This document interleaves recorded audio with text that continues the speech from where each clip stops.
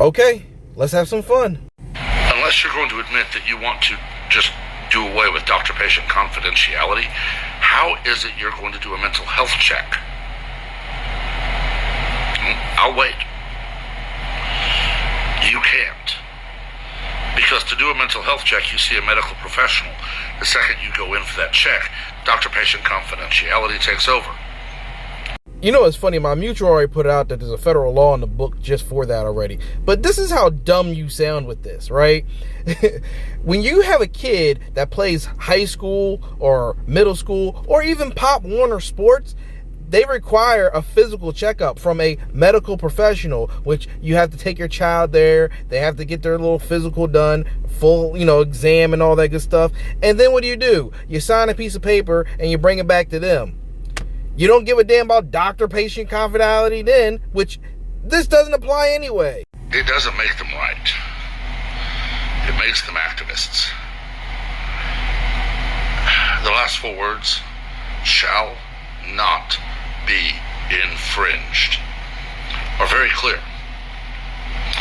There's no twist of logic or twist of the English language that can turn shall not be infringed into we can regulate and take away parts. The Second Amendment literally says well-regulated militia. Do you know why that is? Because before 1776, we weren't a country. We didn't have a militia. We didn't have anything to protect ourselves but a group of individuals fighting against the British. And you know what happened? We started beating the British ass. And what we did, we took their red coats, turned them inside out, and they were blue. Which literally gave us the dress blues for the Marine Corps, our oldest standing militia.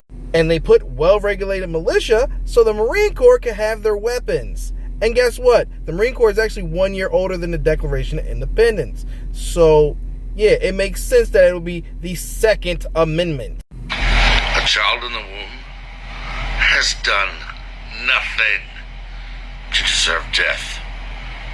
A person on death row, they've done something that proves they are a danger to society.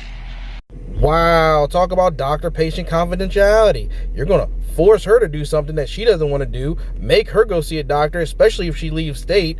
That sounds a little illegal to me. You know what else is kind of strange about that? Those kids at the schools didn't do nothing. The people at the churches, the people at the stores, at the movie theaters, ain't none of them do nothing either.